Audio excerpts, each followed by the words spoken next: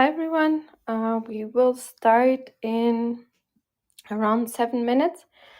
Feel free to check out in the chat the paper we will be discussing. It's an open source Nature paper, so you should be able to just access it. And on top is the presentation, the slide presentation that our guest speaker, Dr. Hawn, will be using today. So we will start in a few minutes. We'll ping people in and Dr. Sean will arrive shortly. Thank you.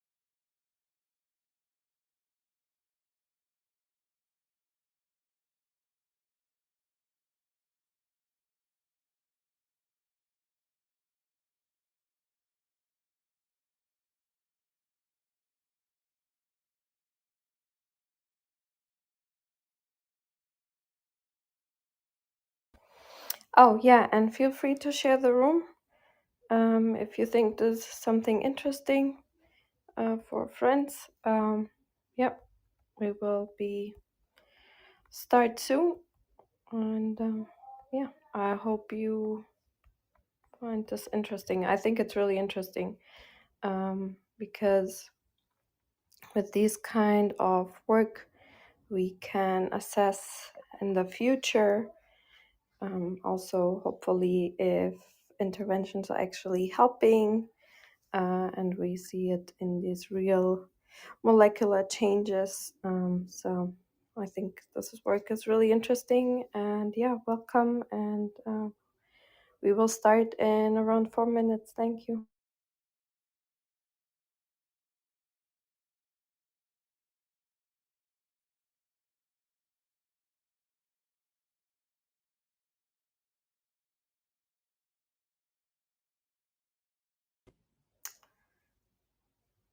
Yeah, hi Nazil, hi everyone. We will be starting soon. The paper is open source, is posted in the chat, and feel free to check it out. And we will start on top of the hour. So in around 3 minutes we will start, and Dr. Hawn will be talking about this really interesting work of hers.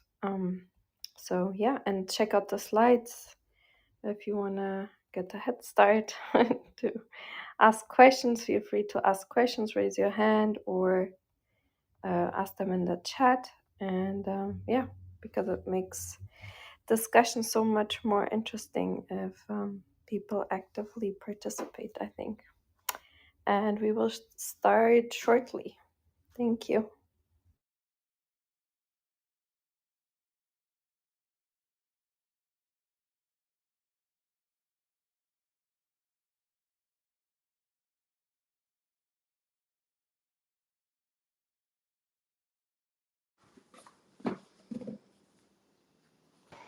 Hi, how are you? Hey there, I'm doing well, thank you. Can you hear me okay? Yes, perfect. Awesome. How are you doing, Katerina? I'm great. Let me just remind me again how I pronounce your name right, because Sure. that's what I made most fun of in my family, is that I pronounce everything wrong in English. My kids constantly make fun of me. No sweat. It's kind of you to ask. So Sage, like age, I guess, with an S, Sage Hawn. Perfect. Sage Hawn. Okay, thank you. Sure thing. How's your day so far? How was your week?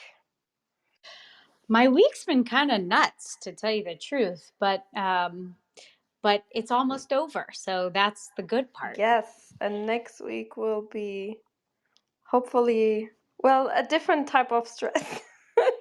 Yes, indeed. A kind of stress I'm looking forward to personally, but yeah. Yeah, me too. It's good to mix the stress up. Yeah, that's a good way to put it. I'm ready for a different kind of stress for a few days. Yeah, me too. Um, yeah, I enjoy the holiday season, but then after the holiday season, like with New Year's and everything, I'm kind of over the winter, but then it still takes so long here in New York. So, It's so true that I anyway take on this mindset of, oh, once the holidays are over, winter's over. But in truth, it's kind of just getting started. exactly, that's when it gets really cold and ugly. Yeah. Well, and especially up where you are. We were in Boston the last couple of years, and that was, I mean, I'm from Virginia, so that was a whole different level of cold. Yeah, it is. It's so I moved 2 times to the US, first for my PhD, and there my first almost a year was in North Carolina at Duke, and then the rest Oh, of my PhD at NYU. It was kind of very cold, but then I moved back to, my home country, Portugal, in mm. and then after years I came back for my postdoc to Boston area, like Oh, Boston and Cape Cod, and it oh, was the worst winter. oh, Like, yeah. yeah, we had like I built up a lab at uh, the Marine Biological Laboratory, and we collaborated with a lab at MGH. So Oh, very cool. that was winter when they had to build tunnels through the snow in Boston. Yeah. Oh, that winter. Yeah, It that was was a nuts. total shock. Okay, I won't be staying. Yeah. Yeah, people said, oh, in Cape Cod it doesn't even snow that much because the ocean will like keep things moderate. And it was like every second week a blizzard. That And we had to stay home. that year was crazy. I remember that. And we visited Cape Cod a couple times, never in the summer, which is probably the best time, obviously, to visit it. But we would go for these winter weekends, and it was beautiful and lovely and charming, but frigid cold. Yeah. I yeah, in the summer it gets very crowded. Like I like the fall a Fall lot. would be pretty. Yeah. Yeah. Just the drive there would be pretty. Yeah, fall is really pretty. I think the whole like East Coast, maybe not too far up, no. But yeah, I think we can slowly start. Sorry for chatting here. I keep telling that story, people, everyone that wants to hear about. I think people that come here often will roll their eyes. Oh God, she comes with the horrible winter again. It was memorable. Yeah. Okay, so welcome, and welcome everyone to Science Society. And before we start, I'll give a short introduction so the audience gets to know you a little bit. And then we continue with like a short interview, and then we go right into your amazing and interesting research. So, Dr. Sage Hawn is an associate professor in the clinical psychology program at Old Dominion University. And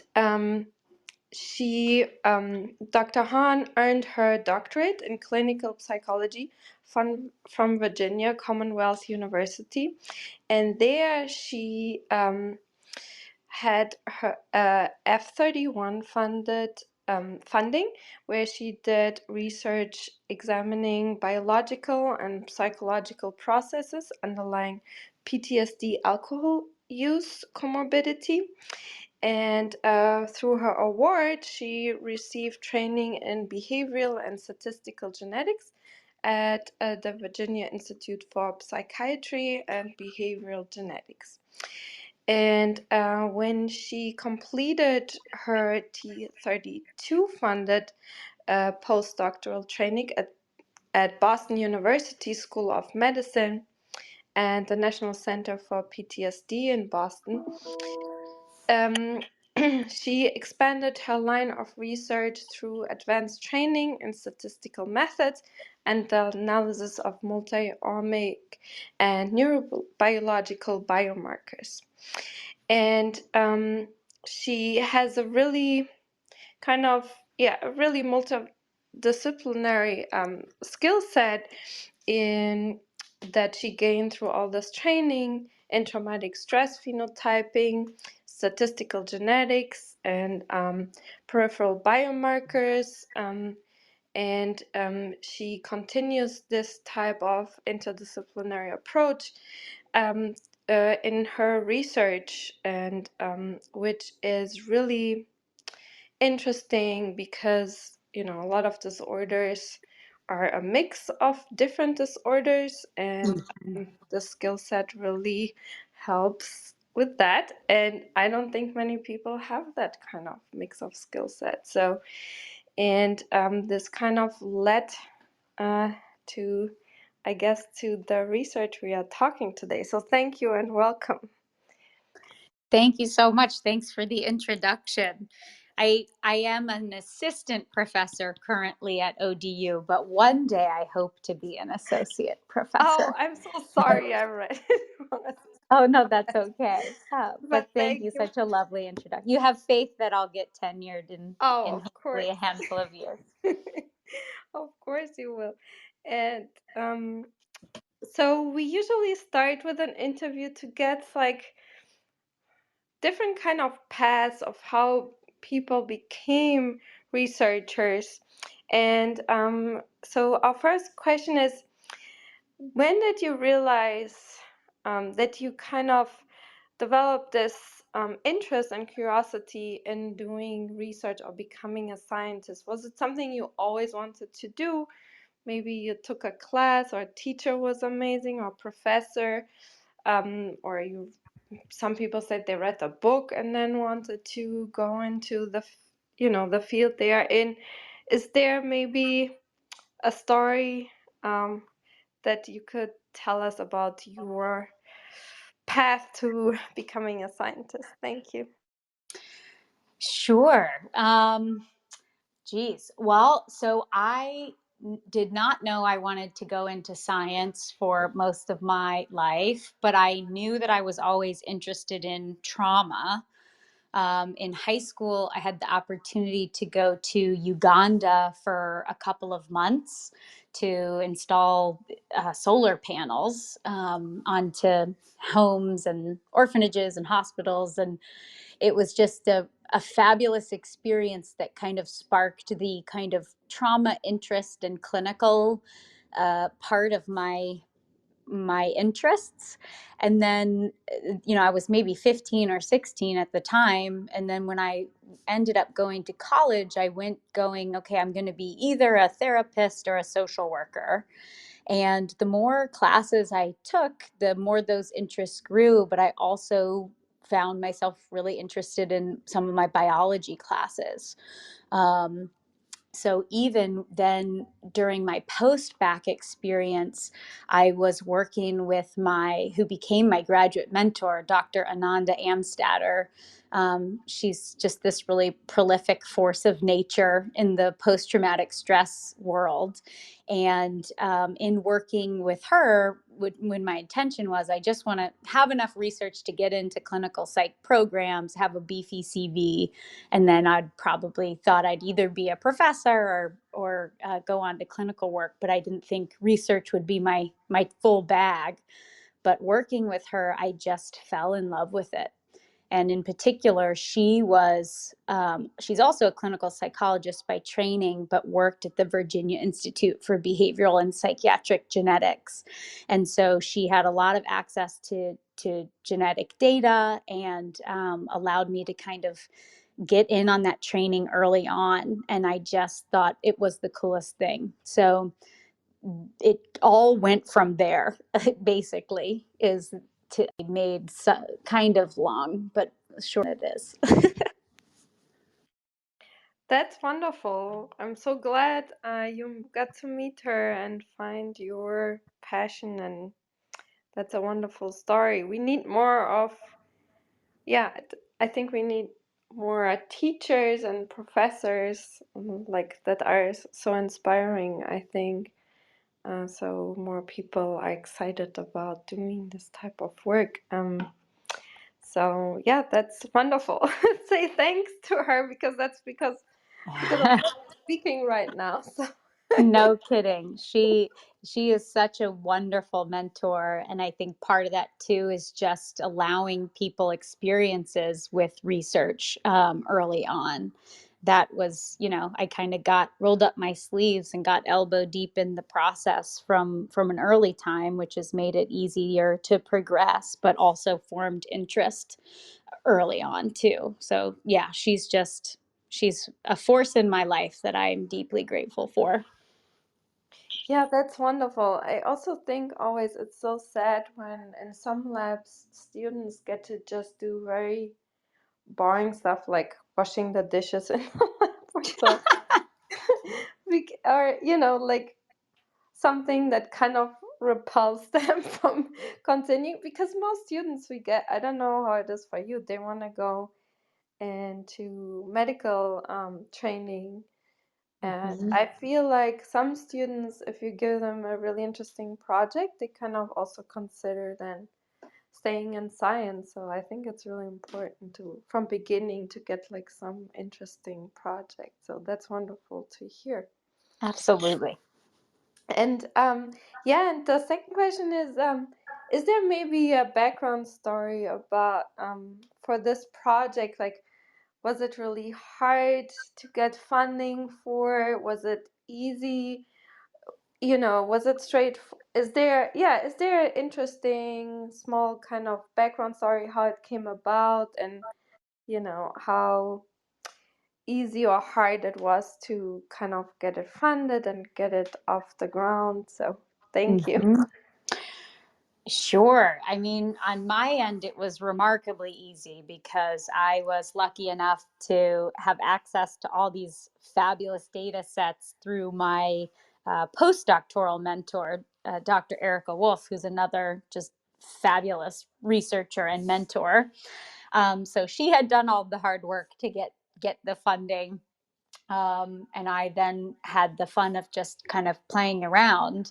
But the research I'll be presenting on today didn't start necessarily with the research question that I'll be presenting. I was interested in looking at essentially kind of health disparities and how various forms of psychopathology or mental illness influenced biomarkers of aging and lifespan and risk, and how those basically might be moderated or mediated by various health disparities that we see. So, there were data available, kind of census data on various socioeconomic factors that related to health disparities. And so I was running these models, and frankly, none of them were really panning out, but we kept finding this really strong association, not with any of the health disparity markers, but between externalizing psychopathology, which I'm happy to get into and will get into in my talk, and this biomarker of basically risk for early death. And so it was kind of from there that new research questions formed. And so yeah, it has a little bit of an evolution, this research project, and again is a result of a lot of other people's really hard and fabulous work to get the funding and the data. Yeah, perfect. Yeah, that's wonderful to hear always, I think, and really interesting for also for a general audience that does not then research, to hear these kind of stories, how projects come about and people participating. So thanks for sharing that. And the stage is yours for everyone. The slides are pinned on top of the room. Feel free to access them.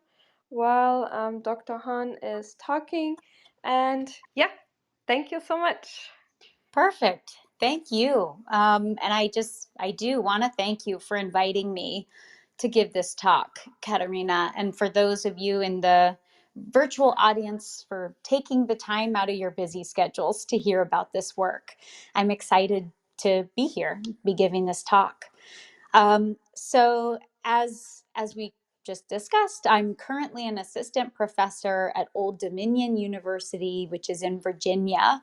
But the work I'll be presenting represents some of the work I conducted during my postdoctoral fellowship at Boston University School of Medicine and the National Center for PTSD at VA Boston, where I remain affiliated.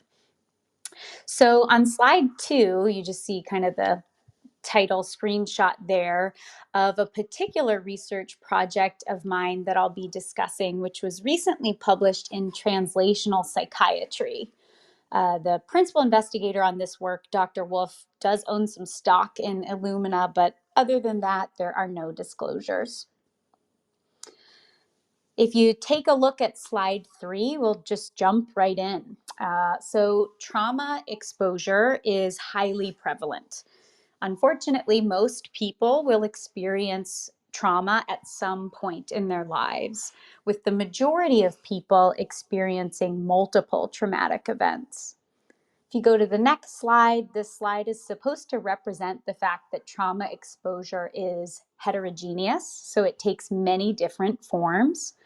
And different types of trauma exposure are associated with varying degrees of conditional risk for trauma-related outcomes. For example, trauma exposures that are more interpersonal in nature, sexual or physical assaults, childhood abuse, those types of interpersonal traumas are associated with greater risk for PTSD as well as other trauma-related outcomes. Moving to the next slide, trauma exposure broadly is associated with a variety of mental, physical, and psychosocial health outcomes. Here are just a few of many, many examples listed on the slide. Depression, anxiety, PTSD, certainly interpersonal problems, marriages, family life can experience a lot of disruption, suicidality, and then physical health comorbidities, heart disease, chronic pain, obesity. We'll be getting more into this. Looking at slide 6, this is all to really just emphasize the fact that trauma is a transdiagnostic risk factor for psychiatric and physical health conditions. And better understanding the processes by which trauma affects both the mind and the body has important implications really for the majority of the population. Slide 7, just to give an example here of this kind of mind-body transdiagnostic nature of trauma, we'll consider for a moment post-traumatic stress disorder, right, or PTSD. PTSD is often regarded as the signature disorder, so to speak, related to trauma, such that exposure to a trauma is an actual required diagnostic criterion for that diagnosis. About upwards of 9% of people will meet criteria for PTSD at some point in their lives, with the highest conditional risk accounted for by those having experienced multiple traumatic events. So we see this cumulative effect of trauma, whereby the more trauma someone experiences, the more at risk they are for negative mental and physical health outcomes. There's also a lot of research to suggest that just having a prior history of trauma in and of itself is a risk factor for subsequent trauma. So kind of trauma predicting trauma, further exacerbating risk for greater cumulative PTSD and PTSD symptom severity. There's a lot of strong research out there, meta-analytic studies certainly, that have found evidence that having a PTSD diagnosis significantly increases someone's risk for a variety of chronic diseases, including certainly, but not limited to, cardiovascular disease, metabolic diseases, neurocognitive, autoimmune, musculoskeletal. The list unfortunately goes on and on. If you'll direct your attention to slide 8, it's likely that some of the underlying processes explaining the link between PTSD and chronic health disease also explain the known link between PTSD and premature death. So there's a lot of research out there connecting the two. And in fact, the association is not exclusive to PTSD. It extends to other forms of trauma-related psychopathology. All psychopathology can be trauma-related, right? Going back to that transdiagnostic risk factor. But specifically, there are numerous psychiatric diagnoses spanning both the internalizing and externalizing spectra that have been established as risk factors for premature death. When I say internalizing psychopathology, I mean depression, anxiety, some of the mental health disorders that manifest certainly behaviorally, but have these real cognitive components, this kind of inward nature to them, versus externalizing, which would be like substance use disorders, antisocial personality, ADHD, mental health disorders that have these real kind of impulse control, or rather decreased impulse control when it comes to behavior. So across the board, really the takeaway here, right, is that internalizing and externalizing psychopathology has been associated with premature death, which really just means kind of death before one might expect based off of their chronological age. PTSD is pulled out separately here on the slide because PTSD is a bit of a unique mental health disorder in that it's really highly comorbid with both internalizing and externalizing disorders. So we often don't group it with one or the other, but at least in our group, where I was on fellowship, we look at all three of these constructs in tandem. I'm moving along to slide 9 if you want to follow along with me. So the consistency of this association across psychiatric diagnoses suggests that there may be some common biological pathways that link psychiatric stress to adverse health outcomes and even premature mortality. Biomarkers of disease risk and even biomarkers of early death are critical tools for not only assessing risk, but tracking change over time, gauging intervention efficacy, as well as informing what biological mechanisms link psychiatric stress to poor health. And the primary biomarker I'll be talking about today is an index of cellular or biological aging. And it's indexed from DNA methylation data. So I first want to take a brief moment to review why genes even matter when it comes to understanding the mental and the physical health effects of trauma. So if you want to hop ahead to slide 11, we'll use the signature disorder related to trauma, PTSD, as an example. There's certainly ample research to suggest that both genes and environment are etiological determinants of PTSD. PTSD is moderately heritable. All of this really meaning that trauma exposure is a necessary but not sufficient criterion for PTSD. And as the research tells us, genes and environment interact to influence the development of PTSD. On slide 12, this is supposed to represent that, to summarize a whole literature which suggests that actually trauma exposure itself, as well as trauma-related psychopathology, so including, but again, not limited to PTSD, are associated with genetic factors. There are a lot of different ways to look at how genes influence mental health and behavior, but the focus of this talk today, as I've said, is on DNA methylation. And DNA methylation is really just one step in the process underlying how genes can affect mental health. So what is DNA methylation exactly? Well, for the purposes of this talk, I'm going to offer in a moment here a metaphor. It's not a perfect one. but it's meant to hopefully help those in the audience who may be less familiar with DNA methylation analyses to kind of wrap their heads around it conceptually. So on slide 13 here, you see a double helix, right? We all have DNA. Deoxyribonucleic acid comes in the form of a double helix, like you see here on the slide, and it carries the instructions for life. So for development, functioning, growth, reproduction, all things essential to all living things.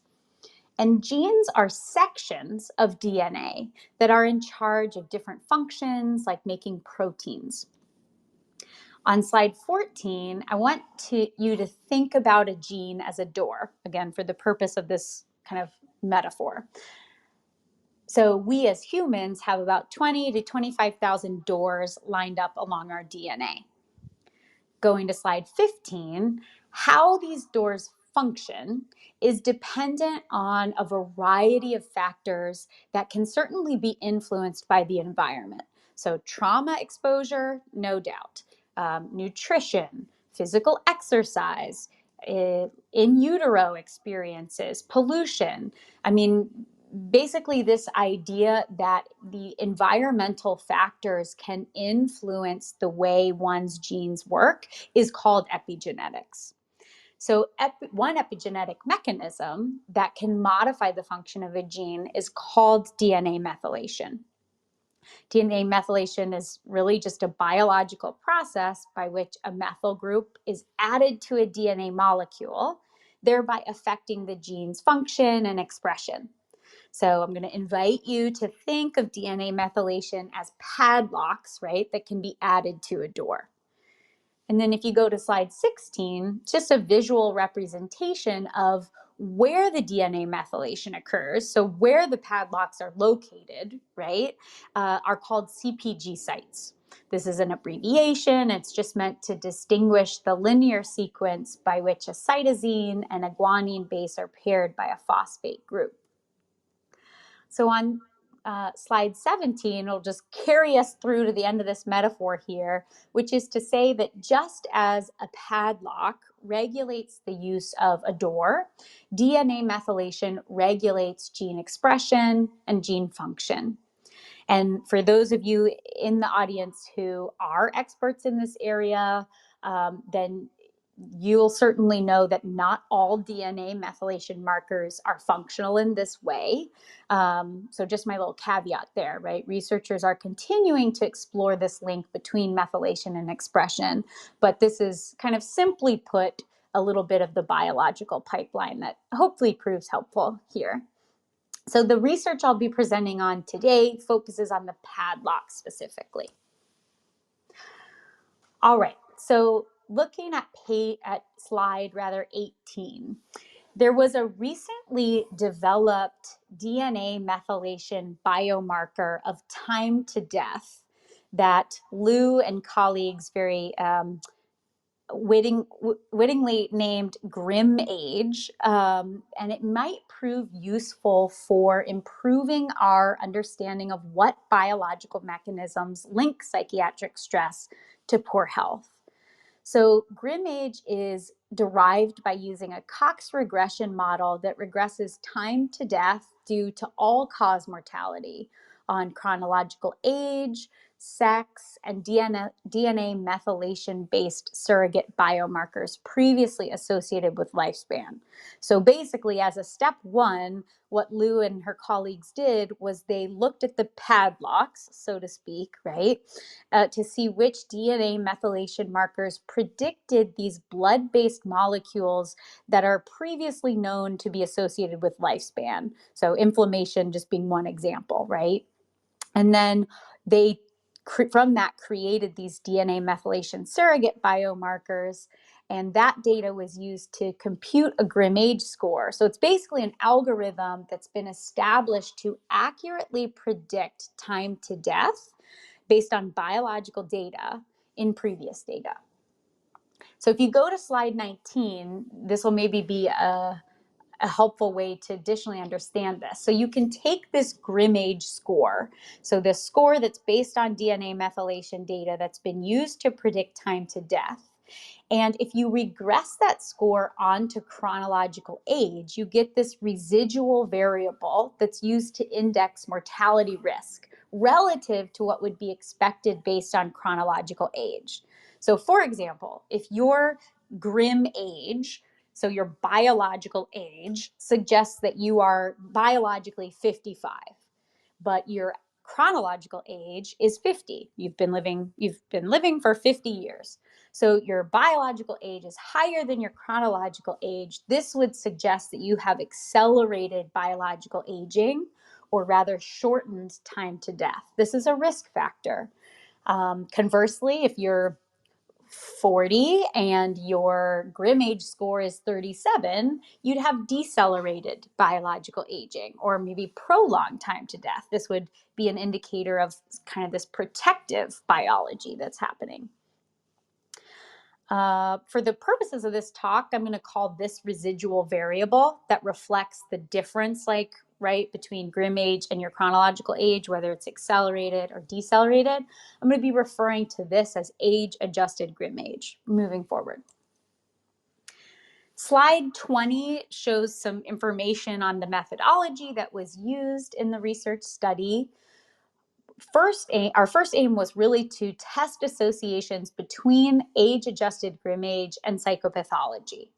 And we did this using 2 independent cohorts of trauma-exposed veterans from VA Boston. The 2 cohorts had really similar methodologies. It allowed us to combine them into a bigger cohort.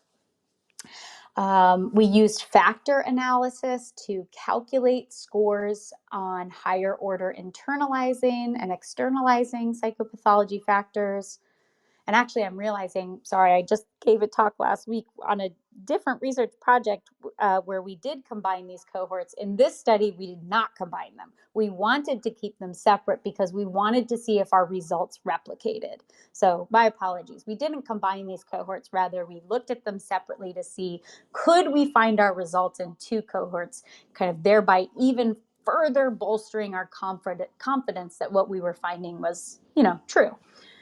Okay, so let's see. DNA was isolated from peripheral blood. Processing of the DNA methylation data followed standard procedures set forth by the Psychiatric Genomics Consortium. We calculated ancestry-based principal components, so kind of correcting for DNA-based ancestral differences. We also calculated relative proportion of 6 types of white blood cells. These were estimated from the DNA methylation data themselves and were included in the analyses where age-adjusted GrimAge was the dependent variable, because DNA methylation can change a lot depending on cell type. So you have to control for that, or it's good practice to control for that. Looking at slide 21, I'll note that so we were first interested in seeing, okay, does psychopathology, we know psychopathology predicts and is a risk factor for premature death. So now we have this biomarker of biological risk, right, for premature death. So we want to look at, does psychopathology predict that? And then the second aim was to see, and are there these neurobiological and health correlates related to GrimAge, just as an extra validation? So if GrimAge is this biomarker of time to death, we would expect it to be highly associated with other biomarkers of health risk and disease. So that's what we wanted to look at. And to do so, we looked at some age-related neurocognitive performance using neuropsych tests of inhibitory control and verbal memory. We had some MRI data that was used to measure cortical thickness. We also created a factor score to reflect metabolic syndrome. And I do want to take a brief moment to talk about the technology that was used to assay some of the peripheral or just blood-based markers of inflammation and neuropathology. And that's called single molecule array, or SIMOA technology. So point your attention to slide 22 there, the next slide. This is really a state-of-the-art technology that's led to the ability to precisely measure biomarkers at very, very low levels. So there's some really cool research that has come out showing that neuropathology biomarkers measured using Simoa technology have been used to successfully predict Alzheimer's disease among individuals prior to any symptom onset. So I really want to emphasize this point, right? What this means is that this technology allows for the early detection of biomarkers of health risk before any onset of symptoms. So this obviously has very profound clinical implications for early risk detection and possibly prevention. Excuse me. So going to slide 23, we'll just jump right into the results. We found that externalizing psychopathology, so again, this was a factor score that was created by including symptom severity for alcohol use disorder, non-alcohol use disorder, substance use. So basically any other substance use disorder besides alcohol use. I think antisocial personality symptom severity, and those were the indicators to create this externalizing factor score. And we found that it significantly predicted age-adjusted GrimAge in both cohorts. And that PTSD predicted age-adjusted GrimAge in one, but not both cohorts. On slide 24, you'll see that we found age-adjusted GrimAge was associated with a wide range of neurobiological correlates, including cognitive disinhibition and poorer memory recall. On slide 25, cardiometabolic pathology, that metabolic factor score. Slide 26, oxidative stress. Slide 27 shows that we found an association between age-adjusted GrimAge and astrocytic damage, so a neuropathological biomarker. The next slide will show associations with various inflammatory markers, C-reactive protein, this marker of kind of chronic low-grade inflammation, IL-6, a really well-known marker of inflammation. Slide 29 shows that we found associations between age-adjusted GrimAge and immune functioning as measured by total white blood cell count. And then on slide 30, that also shows that we found age-adjusted GrimAge was associated with cortical thinning, and it was in the right lateral orbitofrontal cortex and the left fusiform gyrus. This is actually really cool because another very recent study by a colleague of mine who does really fabulous work, Shema Katrinley, she's a fellow right now at Emory. She published a paper with her colleagues showing an association between age-adjusted GrimAge and cortical thinning in the same region. So that was just kind of a cool validation across independent cohorts there. And this right lateral orbitofrontal cortex is a brain region associated with the regulation of emotion and threat detection. So makes some conceptual sense here. I know that this is a busy slide, this slide 30, and that's really intentional on my part. It's not meant to overwhelm you, but rather to emphasize the point that this one DNA methylation-based biomarker was associated with a broad range of health-related outcomes and biomarkers of disease risk, including those measured using the ultra-sensitive technology that allows for the detection of even extremely low concentrations of these health-related risk markers. So slide 31 shows you which of these biomarkers were measured using the Simoa technology. And I'm actually realizing in this moment, I didn't include it in this talk, but we did have data on the Simoa markers across both cohorts. They weren't the same markers in all cases, but those for which we did have two cohorts of data replicated. So that was really, really cool to see that GrimAge was associated with these health-related biomarkers of really early risk for disease, right? And that was true in two independent samples. If you'll direct your attention to slide 32, These results contribute to a burgeoning literature suggesting a crucial role, perhaps, for GrimAge in the prediction of premature mortality. And our study in particular highlight the critical need for assessment of externalizing characteristics among trauma-exposed samples. So there, we found associations between age-adjusted GrimAge and a range of externalizing constructs. So not just externalizing psychopathology, but also neurocognitive indices of behavioral disinhibition and also that frontal cortical thinning, both of which are highly associated with externalizing characteristics. On slide 33, by using novel biomarker Simoa technology, this study is the first to detect some of the earliest neurobiological correlates of elevated mortality risk. And this is particularly notable given the sample in this study was pretty young. So the mean age for the folks in the one cohort that we had most of the neurobiological data to kind of follow up and look at these validators, that mean age of that cohort was 32 years old.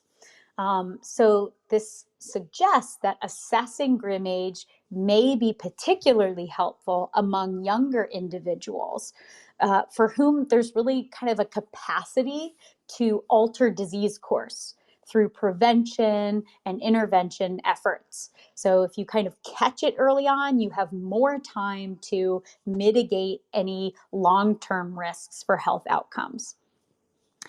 Another important clinical consideration as we're kind of considering the results of this study is, externalizing behavior in general tends to decrease with age. So early adulthood may be a particularly essential time for behavioral interventions that address externalizing psychopathology. And these types of interventions in early adulthood that target behavioral disinhibition, externalizing, may potentially kind of ameliorate long-term health consequences, even, premature death.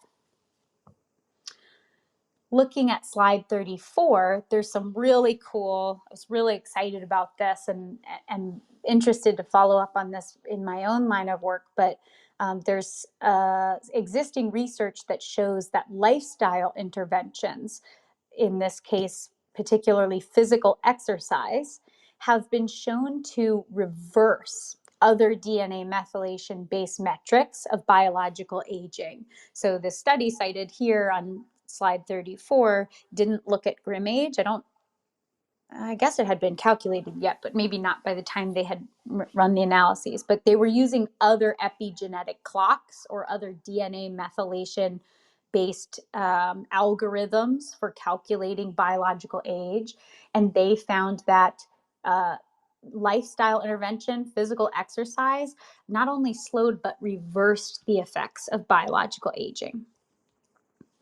So on 35 here, we have the takeaway, which is that my hope is this study demonstrates how genomic biomarkers can be useful tools for identifying those at greatest risk for such high stakes health-related outcomes as premature death, right? That's kind of as high stakes as it gets if we're really thinking about it.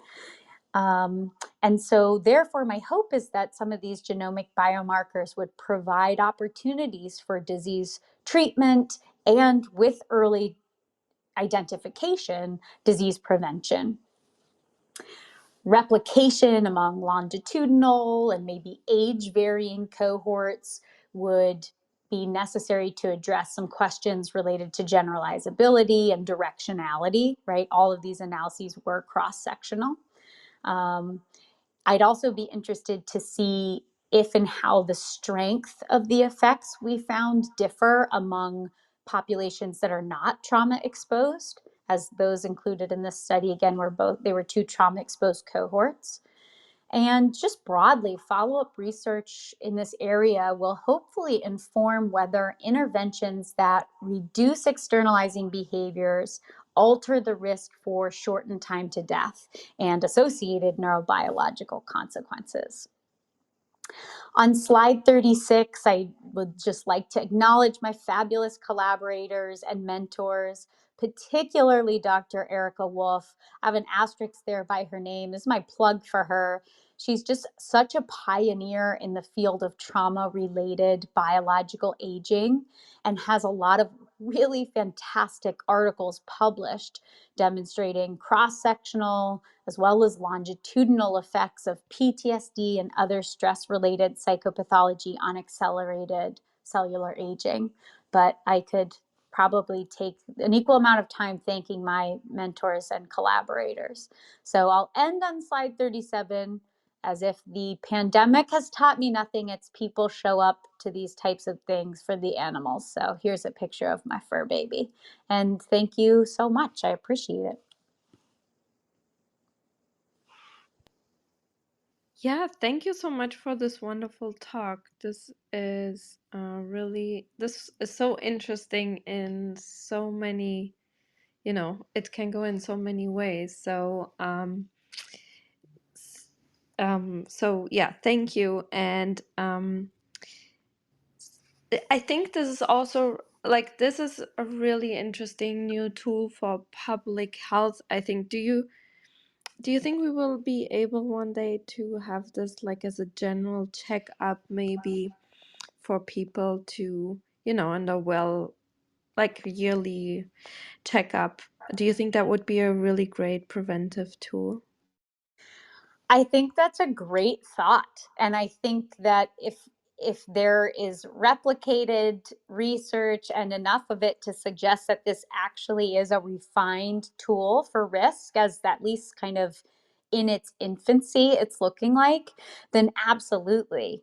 And I think just from like a public health kind of cost perspective, right? I mean, to get someone's DNA genotyped used to be would cost you an arm and a leg, right? And these days you can do it for about $1,000 a person, if not less. And so if that trend continues of it becoming more accessible financially to people, then absolutely, I think that could be something that we see in the potentially not too far future. Yeah, that would be wonderful. And I also think, um, so is there a plan to do like really large data sets? Let's say that you could in the future tell people, okay, this person with this profile, this intervention would most likely be more helpful. Is there, you think, a potential in the future for us to have that, especially after trauma, um, but also in general? Yeah. Thank you.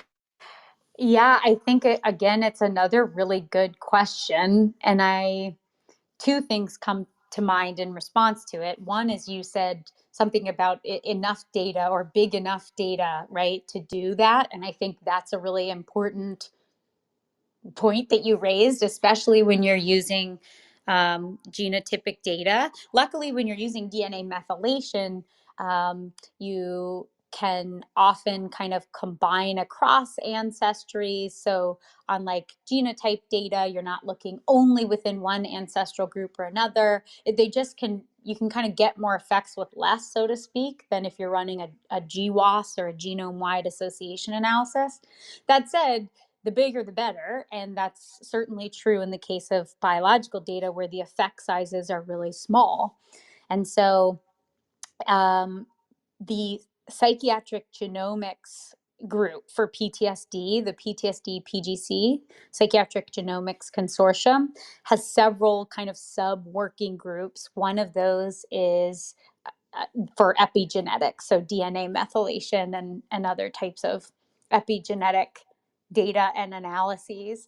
And some of the colleagues, Dr. Katrin Leaney, who I mentioned here, and some of the folks in my acknowledgements or who are even on this paper are really involved in that. And so for anyone who's not familiar, it's kind of what it sounds like, right? It's a consortium whereby people who have genetic data available and have basically any data related to trauma or PTSD can contribute to the consortium. And so it's resulted in these collated data sets that are really well powered and have a huge sample sizes. So I think some, even maybe my postdoc mentor, Dr. Wolf, has done some of this work with PGC data. I'm not totally sure, but that would be a really cool and exciting use of the consortium, is to look at these questions there. So there's that, the big data that's important, right? And we're kind of starting to get to the point where we're at big data and we can use it. So let's get started, kind of thing. But then the other point that you raised is tailoring interventions. And so, I mean, it's always it's like the thing where Thanksgiving's coming up and my family's like, what do you do? Like, why is that important? Like, how is that going to inform anything clinically, right? And you're like trying to think of like, hey, that's a really good point. How do we actually use this? So maybe a little bit of a pipe dream, but I think this study is a really perfect example of where that starts. So if someone comes into the clinic, whether it's a mental health clinic or to see their primary care or to see their cardiovascular doctor, whatever it is, and you give them an assessment, or they're coming in with some sort of externalization, right? So they have substance use disorder, or maybe they are getting into a lot of bar fights, or just having some sort of externalizing presentation. You might then eventually get to the point where you either kind of test their biological age, or just say, hey, what we know is for folks who are presenting with some of the stuff you're presenting with, you might be at risk for dying earlier than you should. And one way to help mitigate that and treat that is, for example, just kind of back to slide 35, right? Might be just engaging in more physical activity day to day. Like maybe a couple of runs or a couple of walks might slow that process down. But this is literally the one study, at least by the time our paper came out, I was familiar with looking at interventions for some of this biological aging. But I think as that literature grows and we know more about, I just watched Dr. Longo's talk on here. Oh, shucks, I can't remember the name of it. Maybe you can help me, Katerina, but it was such a great talk about basically intermittent fasting and the effects of nutrition on some of these same health biomarkers I've talked about today. That the more we know about how all these things intersect, we might be able to make clinical recommendations that can actually have quite an impact. Yeah, thank you. Yeah, it was fasting mimicking diet reduces neuroinflammation. Yeah, thank you for listening to Thank it. you. I Yeah, it think was that great. was really, yeah, it's really interesting. And I think it's such a great time that we are starting to understand it in a way that we can maybe hopefully soon actually make recommendations that are backed by actual, facts, not like before you should do this more or this less, and then the next year we say the opposite and people get confused. Right. Yeah, like how flossing's bad for you and then flossing's good for you. There was like Exactly. that whole thing a couple years ago. My dad's a dentist, so that was a Oh. conversation in our home. Yeah, exactly. And then Niston asked in the chat, and then I'll pass it on to others here on stage that are waiting very patiently. Thank you. Um, if this would be also interesting to look at Holocaust survivors, I'm not sure if we still can get enough data, but maybe there's some data out there. And because there's kind of an interesting um, Yeah. paper that, oh, yeah, Niston, you're here. So go ahead. Oh, Yeah. by the way, it's pretty funny that about 30 minutes ago in the MedTech lobby room, Dr. Catherine Johnson, she was talking about all the metabolic marker data and the glucose levels that she looks at in her clinic to do precision medicine. And now we're talking about how there's new research that affects all of those biomarkers. So that's pretty, Amazing. yeah. And she was just there randomly. It wasn't a topic room. But yeah, the reason I posted that link is that there was news in the past that, for example, Holocaust survivors, and also people I've known myself just anecdotally from grandparents living in the Balkans that, so there was actual data though that the survivors tended to live a lot longer after, and whereas in the research now it shows how it affects uh, their health, how past trauma affects their health in a negative way. So I was wondering, again, there's not enough data, but why could that be? Maybe there are other factors like either calorie restrictions, or they tend to live a happier life because they're more in touch with their community and have larger families, etc. So yeah, I was wondering if you had anything on that. So this research says that, shows the data shows that it affects the health negatively, but there's also some data, apparently, I'm not sure, that shows that they live longer. So I just wanted to know what you think about that. Yeah, I thank you. I appreciate the question, and I'm not familiar with the studies that show this kind of longer lifespan. So I'd be super interested to read that. And frankly, I think you probably came up with some really fabulous uh, theories for why that could be, and that is even substantiated by some of the research that's out there. So we do know that, and I'm still rolling up my sleeves and getting more familiar with trying to find some of this intervention literature that relates to this. But what you do sometimes find related to other markers of biological aging is, like you said, calorie restriction. And so that can be a delicate line to walk, certainly, as even with PTSD and disordered eating, for example, Yeah. highly, highly comorbid. So it would probably have to be a very individualized, again, kind of person to person recommendation. But that is one theory I could imagine has some meat on those bones. And then similarly, I mean, some of the other factors you mentioned, like meaning making, I think is such a fabulous point and probably a really important one. I also can't help but wonder about other psychosocial factors, like related to support.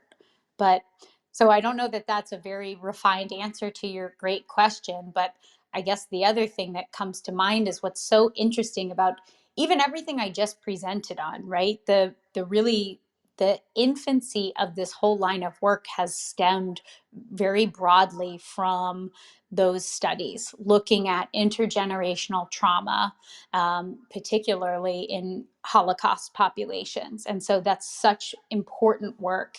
And like people like Rachel Yehuda and others who started some of the more kind of bio-based work related to trauma really started with Holocaust survivors. And um, so yeah, it's certainly relevant. It's certainly important.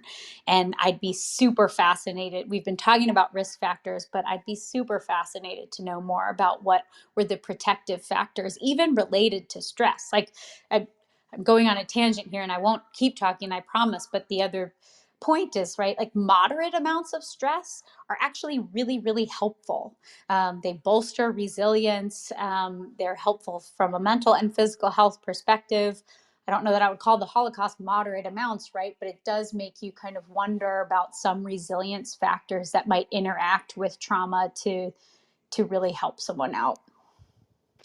Yeah, if I may add, I spend a little bit of time in resilience Holocaust survivors data, and why I became interested was there was a study that showed that actually Holocaust survivors that lead like a successful life afterwards have actually lower cortisol levels than normal, and also in the next generation that could be detected. And I thought in that paper, it was a pretty famous paper, they discussed that, that this is a kind of a trauma indicator, but I kind of thought that this was more kind of a resilience indicator, and that's why they survived this.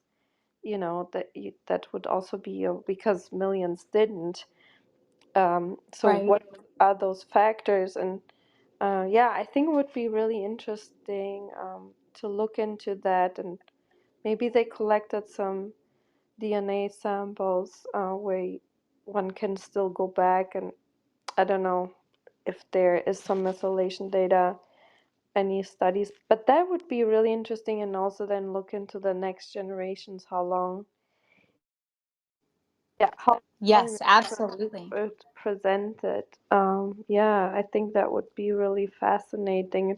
And I looked more into the language data, and what I found that people that survived in interviews, they would always talk about we and not so much about I. Mm. Which is a huge indicator for, the more depressed you are and so on and so forth, like mental health issues, you talk more about I, myself, and so on. And they, like you distance yourself from other people, and those Mm. interviews, they mostly talked about we. It happened to us, like we did this, and so on. So, and interestingly, in soldier training, that's what people constantly are trained to not see themselves as an individual, but in a group. And then you have the difference in way more high occurrence of PTSD in firefighters that don't go through a training like that. So that's also interesting. So, anyways, let's continue with your talk. And thank Well, you, and Shami.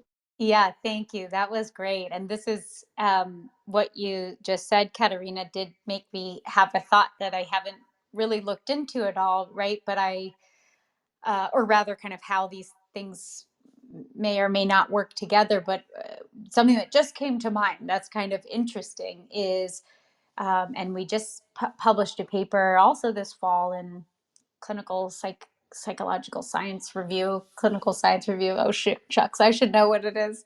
But this paper kind of talking about reconceptualizing the traumatic stress phenotype in general. Um, and one of the things that we talk about in that review is how actually a lot of resilience characteristics look a lot like certain externalizing behaviors, right? So there is, like, if you think about people in leadership positions or Navy SEALs or some of the military experiences you're talking about, through and through, you often see resilience indicators as people who are kind of higher in risk taking.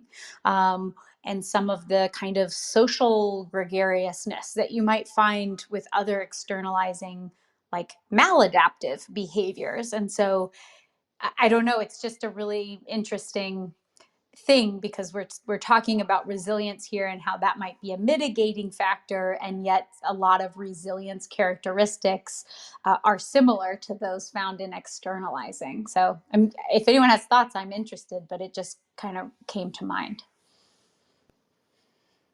Yeah, that's really interesting. Yeah, resilience is really a word that's really badly defined. Like we just use Yes. it, and there are so many people thinking about different things what resilience is. So yeah, maybe somebody has to write first, like defining resilience, and then creating subtype category words, and then we Yes. can.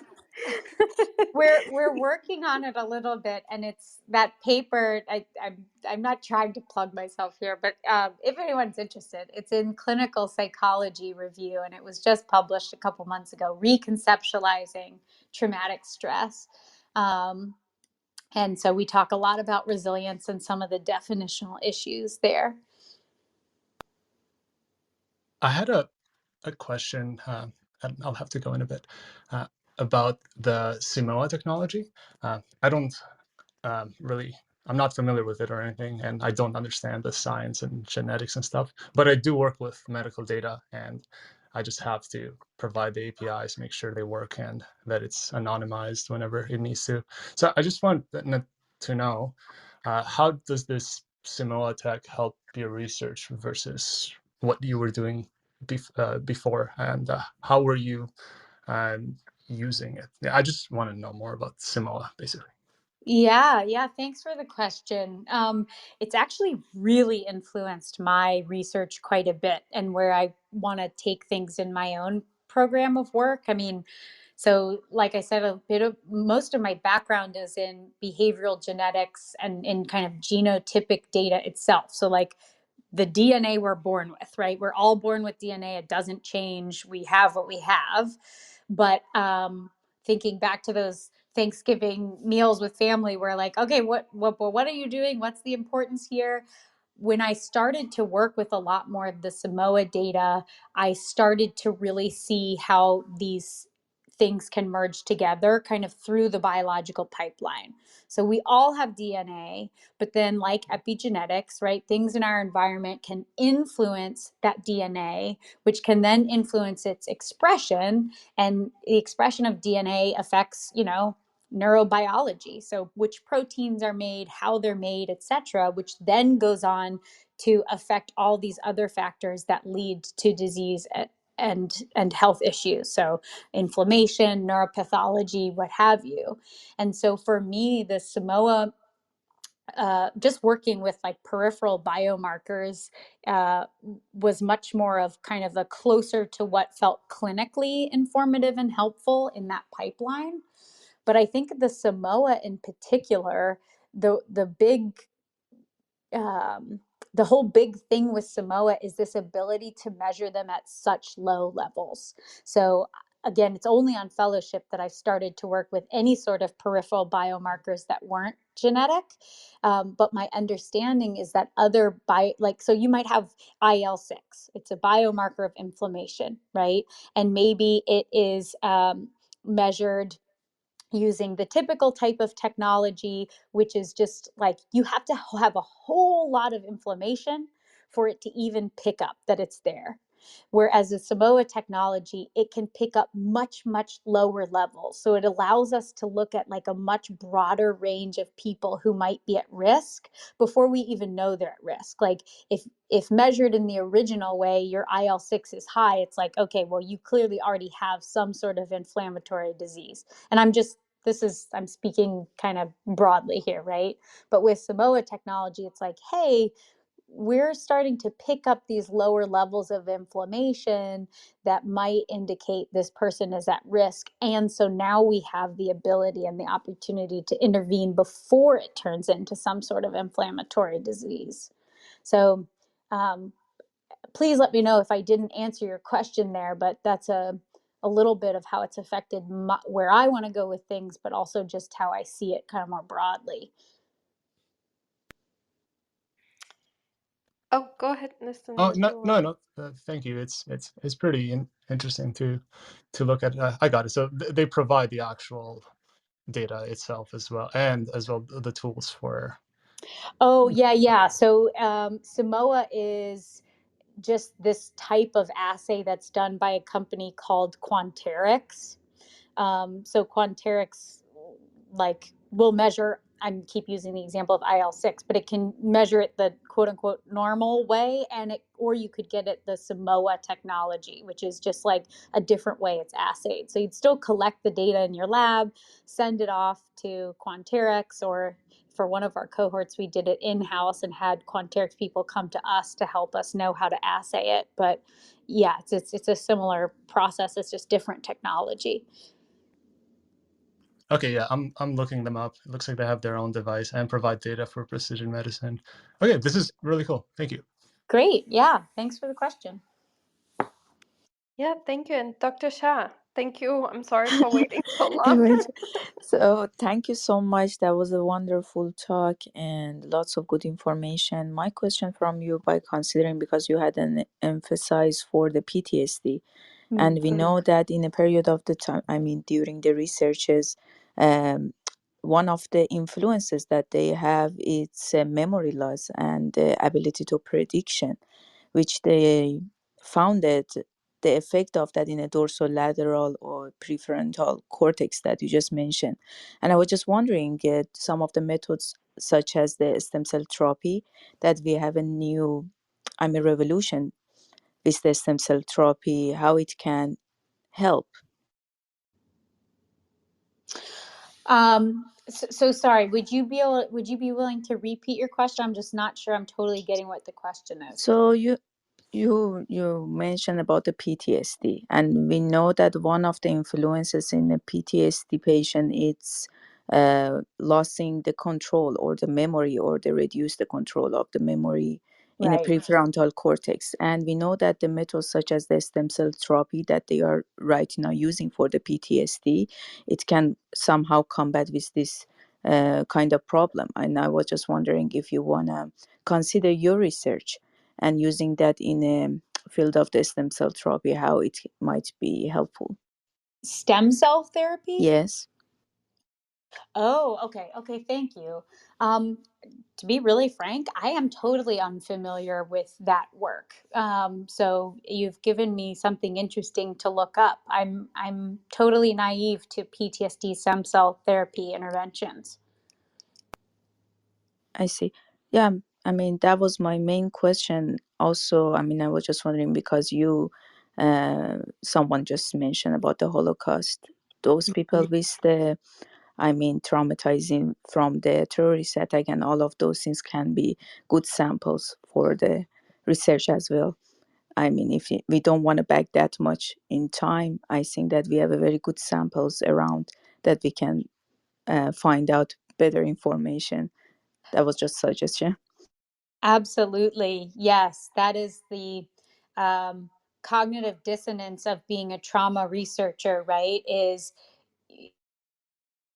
for new samples who are being traumatized, especially lately, it feels like. So I do agree that there are important populations we could be kind of collecting these data in now and studying. But yeah, And thanks for that. I yeah, and one jotted more it down. question.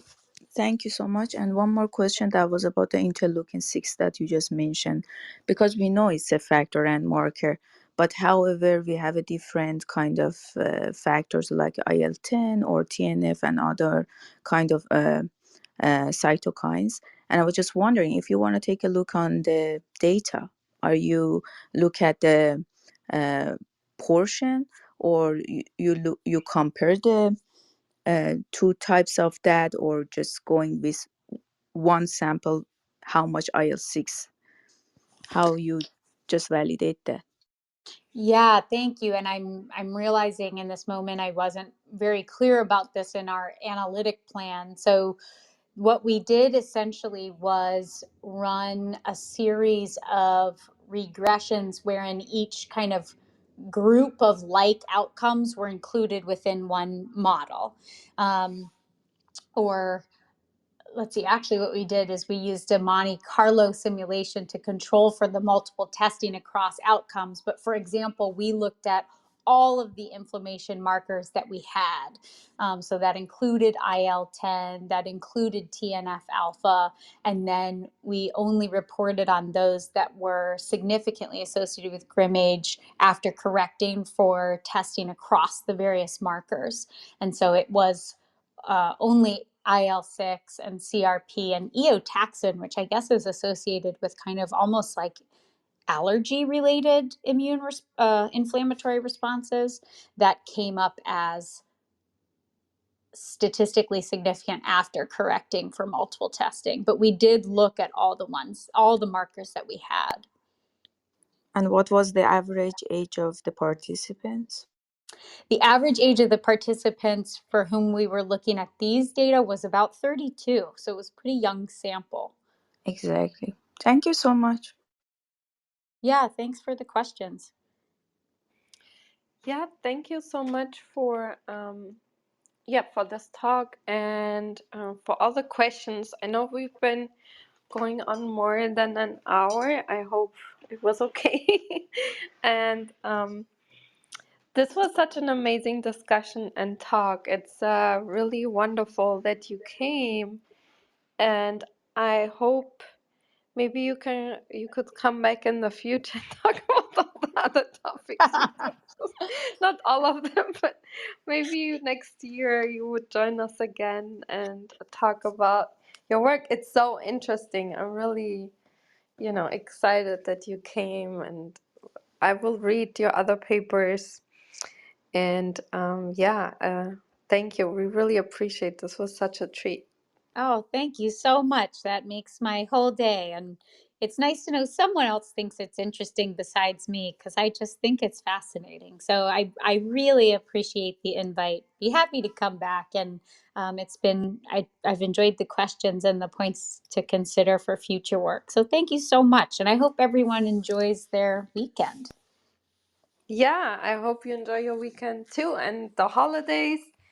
And yeah, I think it's really fascinating, especially looking into next generations and what will I mean, this is wonderful and it affects so many people. So we wish you all the funding.